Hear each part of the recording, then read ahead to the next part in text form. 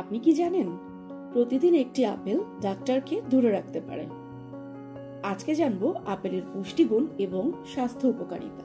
চলুন প্রথমেই জেনে নেওয়া যাক প্রতি 100 গ্রাম আপেলে কি কি উপাদান থাকে।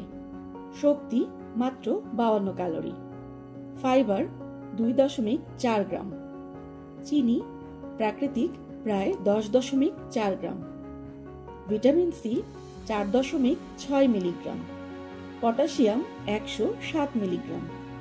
এতে আছে অ্যান্টিঅক্সিডেন্ট যা আপনার ইমিউন সিস্টেমকে করে আরো শক্তিশালী। তাই আজ থেকেই প্রতিদিন খান একটি আপেল আর সুস্থ ও সতেজ থাকুন।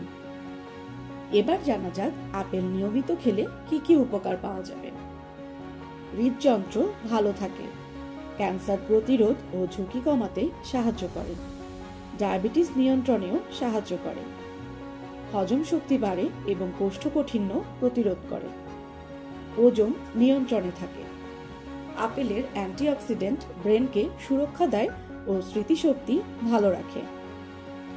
আপেলে থাকে বোরন যা হাড় মজবুত করতে সাহায্য করে, এমনকি অ্যাজমা ও শ্বাসজনিত রোগের জন্য উপকারী।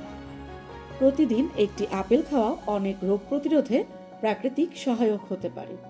তবে যাদের আপেল অ্যালার্জি বা বিশেষ চিকিৎসা চলছে তাদের অবশ্যই ডাক্তারের পরামর্শ নিয়ে খাওয়া উচিত। শেষ করার আগে ছোট্ট একটা টিপস দিয়ে যাই।